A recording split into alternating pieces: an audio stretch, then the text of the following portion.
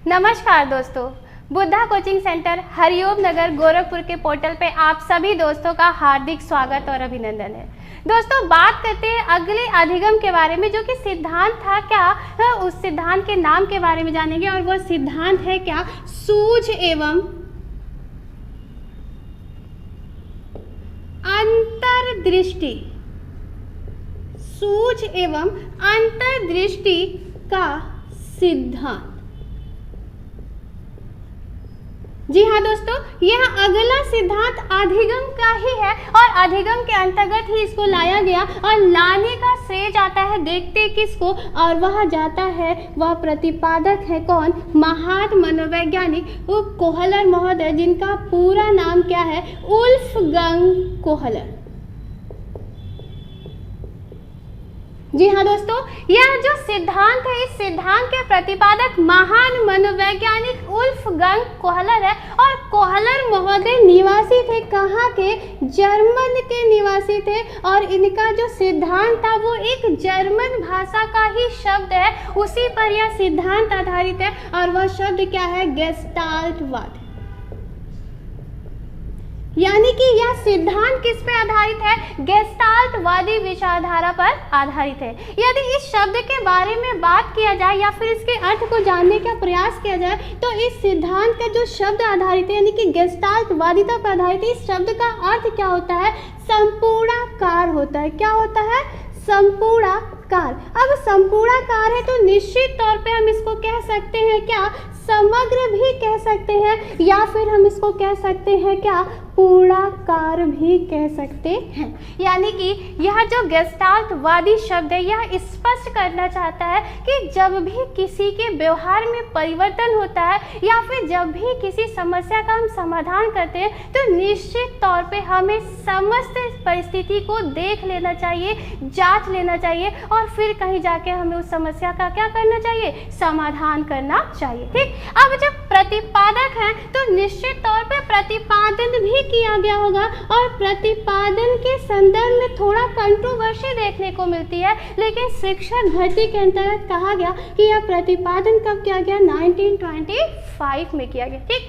अब देखते हैं कि प्रयोग किस पे किया, किसने, वुल्फगंग कोहलर ने अपने सिद्धांत को स्पष्ट करने के लिए। और प्रयोग बड़ा ही इंटरेस्टिंग चीज़ पे किया गया है, यानी कि बड़ी ही इंटरेस्टिंग पर्सनालिटी है। और वो पर्सनालिटी कौन सी है, हमारे पूर्वज है। शायद आपको जवाब मिल गया होगा, लेकिन फिर भी देखते हैं। वह जो प्रयोग किया इन्होंने, वह प्रयोग किया किस पे, वनमानुष पे किया था, जिसको हम चिंपैंजी भी कहते हैं। क्या कहते हैं, चिंपैंजी भी कहते हैं। अब इस चिंपैंजी या वनमानुष का इन्होंने नाम रखा, नाम तब तक आप सोचिए, आगे हम बढ़ते हैं। ठीक। आगे के बारे में बात किया जाए, अगला स्टेप, तो अगले स्टेप में इनकी पुस्तक भी आई थी। और पुस्तक का नाम क्या था, मेंटलिटी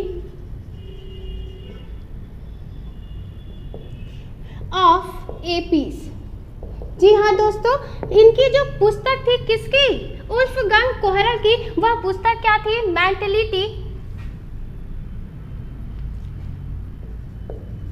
ऑफ एपीस। ठीक। अब इस मेंटलिटी ऑफ एपीस का कई बार नाम पूछा है शिक्षक भर्ती के अंतर्गत। पूछता क्या है कि मेंटलिटी ऑफ एपीस किसकी पुस्तक है, तो किसकी पुस्तक है, वुल्फगंग कोहलर की पुस्तक है। ठीक। वहीं पे कई बार पूछा है कि गेस्टाल्टवादी पर कौन सा सिद्धांत आधारित है, तो कौन सा सिद्धांत आधारित है, सूझ एवं अंतर्दृष्टि का सिद्धांत। या फिर शिक्षक भर्ती के अंतर्गत ये भी प्रश्न पूछा जा चुका है विगत वर्षों में कि वुल्फगंग कोहलर ने किस सिद्धांत का प्रतिपादन किया, तो किस सिद्धांत का प्रतिपादन किया, सूझ एवं अंतर्दृष्टि सिद्धांत का प्रतिपादन किया। ठीक। आगे बढ़ते हैं कि इन्होंने प्रयोग जो वनमानुष या चिंपैंजी पे किया, आखिर किया क्या, तो चलिए देखते हैं। इन्होंने क्या किया, एक कक्ष का निर्माण किया। किसने, वुल्फगंग कोहलर ने। और उस कक्ष के निर्माण के अंतर्गत इस चिंपैंजी महोदय को उन्होंने लिया और इन चिंपैंजी महोदय का नाम क्या रखा, सुल्तान। जी हाँ दोस्तों, ये मूवी वाला सुल्तान तो नहीं है, लेकिन जरूर इसने काम कुछ वैसा ही किया है। तो चलिए जानते हैं सुल्तान की कहानी आखिर उल्फगन कोहलर के द्वारा क्या कही। ठीक, तो यानी कि यह प्रश्न भी पूछा हुआ है आपके एग्जामिनेशन में कि सुल्तान का सिद्धांत किस पर आधारित है, तो किस पर आधारित है, सूझ एवं अंतर्दृष्टि के सिद्धांत पर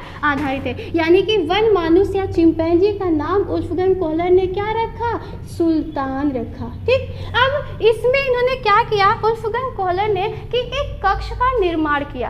अब कक्ष के निर्माण के अंतर्गत उन्होंने क्या किया कि सुल्तान महोदय को उसमें छोड़ दिया, किसमें, उस कक्ष में। अब कक्ष में सुल्तान महोदय जब घूम रहे थे तो उन्हें भूख लगी, क्या लगी, भूख लगी, और उन्होंने उल्फगन कोहलर ने क्या किया कि उस कक्ष में छत के ऊपर केले को क्या किया, लटका दिया। अब जब बहुत तेजी से सुल्तान महोदय को भूख लगी तो सुल्तान महोदय ने क्या कोशिश की कि क्यों ना केले को क्या किया जाए, प्राप्त कर लिया जाए। अब केले को प्राप्त करने के लिए सुल्तान महोदय ने बड़ा ही हाथ पैर चलाया, जैसे हम और आप भी चलाते हैं। अगर किसी चीज़ की प्राप्ति हो तो हम बिल्कुल हाथ पैर चलाने की कोशिश करते हैं, और अगर मिल गया तो ठीक, और अगर नहीं मिला तो सुल्तान ने क्या किया, शायद हमें भी यही करना चाहिए। ठीक, तो सुल्तान ने क्या किया कि जब हाथ पैर चलाया और थक गया जब सुल्तान, तो जाके कक्ष में बैठ गया। सडनली उसकी नज़र किस पे पड़ी, नज़र पड़ी एक बॉक्स पे, किसकी, सुल्तान महोदय यानी कि चिंपैंजी महोदय की। अब बॉक्स को देखते ही सुल्तान के दिमाग में एक सूझ आई, यानी कि अंतर्दृष्टि या फिर इनसाइट मेमोरी या मेंटल कह सकते हैं, वो आई, और उन्होंने तुरंत क्या किया, उस बॉक्स को लिया और उस पर खुद पटाख देना क्या किया, चढ़ गए। जी हाँ दोस्तों, चढ़ गए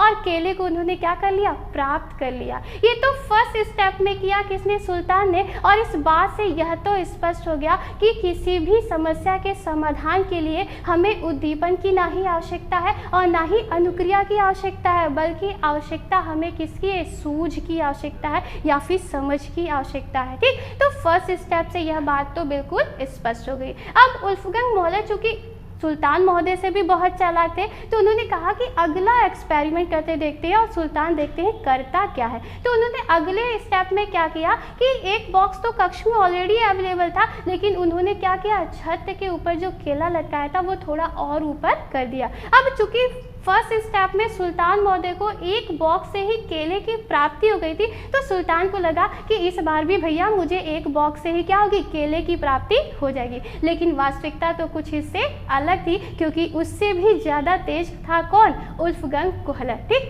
तो उन्होंने क्या किया था, छत के ऊपर से थोड़ा सा और केले को ऊपर कर दिया, और जब सुल्तान ने बहुत प्रयास किया केले की प्राप्ति करने के लिए एक बॉक्स की सहायता से, लेकिन उन्हें केले की प्राप्ति नहीं, तो सुल्तान महोदय फिर से दोबारा थक गए और बहुत सोचा विचारा।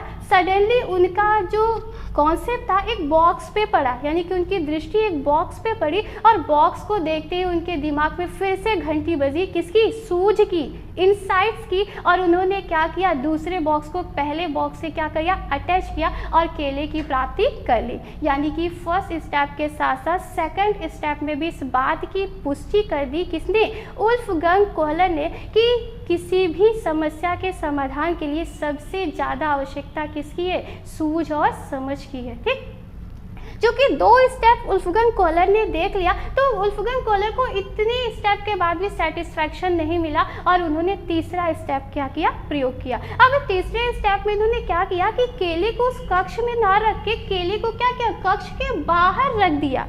ठीक, और सुल्तान महोदय को कहाँ रखा, उस कक्ष में रखा।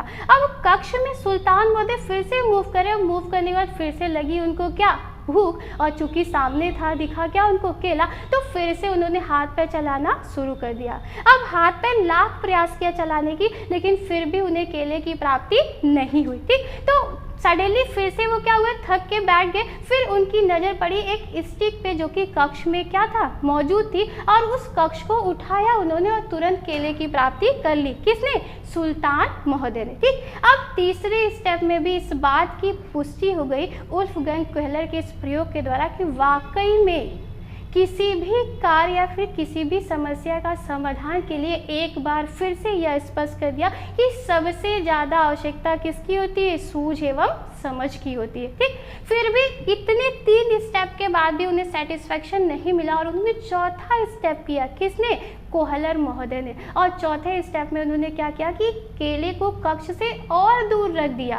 अब फिर जब सुल्तान महोदय को भूख लगी तो उन्होंने केले को क्या किया? प्राप्त करने की कोशिश की, लेकिन पहले से रखी हुई यानी कि एक स्टिक से उनका काम नहीं बना, तो वो फिर से थक हार के बैठ गए। अब जब चूंकि थक गए थे तो फिर से इधर उधर नजर दौड़ाया और देखा क्या कि कक्ष में दूसरी स्टिक भी क्या है? मौजूद है। अब दूसरी स्टिक को उन्होंने उठाया और पहली स्टिक से क्या किया होगा? जोड़ दिया होगा। जी हाँ दोस्तों, जोड़ा और अपनी समस्या यानी कि केले को प्राप्त करने वाली समस्या का क्या किया? उन्होंने समाधान किया। यानी कि चारों स्टेप इस बात की पुष्टि करता है कि किसी भी परिस्थिति में क्यों ना हो, हम कोई भी कार्य क्यों ना हो रहा हो, लेकिन अगर हम सूझ और समझ से, कल्पना के माध्यम से अपनी समस्या का समाधान करेंगे तो निश्चित तौर पे हमारी समस्या का क्या होगा?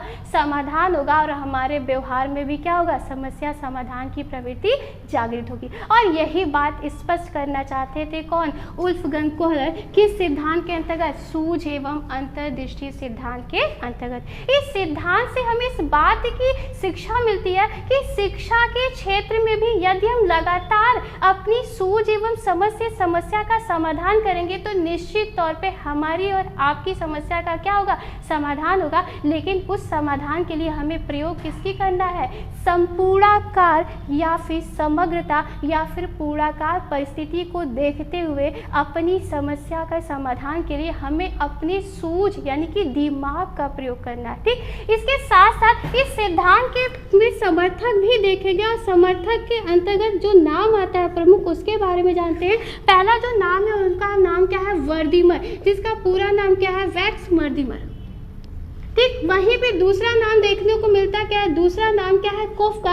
और एक और नाम देखने को मिलता है जिसका नाम क्या है? लेविन, जिनका पूरा नाम हम कहते हैं क्या है? Kurt Lewin. इसके साथ साथ वुल्फगंग कोहलर खुद भी इस सिद्धांत का क्या है? समर्थक करता है। तो कई बार आपके शिक्षक भर्ती के अंतर्गत पूछा हुआ सवाल है कि वर्दीमर या फिर वुल्फगंग कोहलर या फिर सूझ एवं अंतर्दृष्टि सिद्धांत के समर्थक करता है, तो चाहे कोहलर दिया हो, चाहे वर्दीमर दिया हो, चाहे का या फिर कुर्ट लेविन, ये चारों क्या है? इस सिद्धांत के समर्थक हैं। अगर इस सिद्धांत के अन्य नाम या फिर अदर नेम के बारे में बात किया जाए या फिर उपनाम के बारे में बात किया जाए तो उपनाम के अंतर्गत सबसे पहला जो उपनाम दिखता है वो दिखता हमें क्या है? संपूर्णाकार का सिद्धांत। दिखता है कि नहीं? बिल्कुल दिख रहा है दोस्तों। यानी कि पहला नाम क्या है आपका? संपूर्णाकार का सिद्धांत। वहीं पे दूसरा नाम लिखा जा सकता है क्या? पूर्णाकार का सिद्धांत। ठीक, और वहीं पे तीसरा नाम देख सकते हैं हम, लिखा जा सकता है क्या? समग्रता का सिद्धांत। यानी कि इस सिद्धांत के उपनाम के अंतर्गत क्या? संपूर्णाकार का सिद्धांत, पूर्णाकार का सिद्धांत या फिर समग्रता के सिद्धांत के बारे में बात करें, वह सारे सिद्धांत किसके हैं? सूझ एवं अंतर्दृष्टि सिद्धांत के अंतर्गत वुल्फगंग कोहलर महोदय के हैं। ठीक, तो सो गाइस, आई थिंक सारी चीजें बहुत अच्छे से समझ में आई होगी। और यदि फिर भी ना समझ में आई हो या फिर कोई समस्या हो या फिर कोई प्रश्न हो इस टॉपिक से लेके, तो जल्दी जाइए कहाँ पे? बुद्धा कोचिंग सेंटर हरिओम नगर के पोर्टल पे, और वहाँ पे जल्दी से जाके टाइप करिए अपनी समस्या, जिससे कि हम, आप और बुद्धा कोचिंग सेंटर के सभी सदस्य मिलकर इस समस्या का क्या कर सके? समाधान कर सके। अगले वीडियो के लिए फिर मिलते हैं, तब तक के लिए नमस्कार।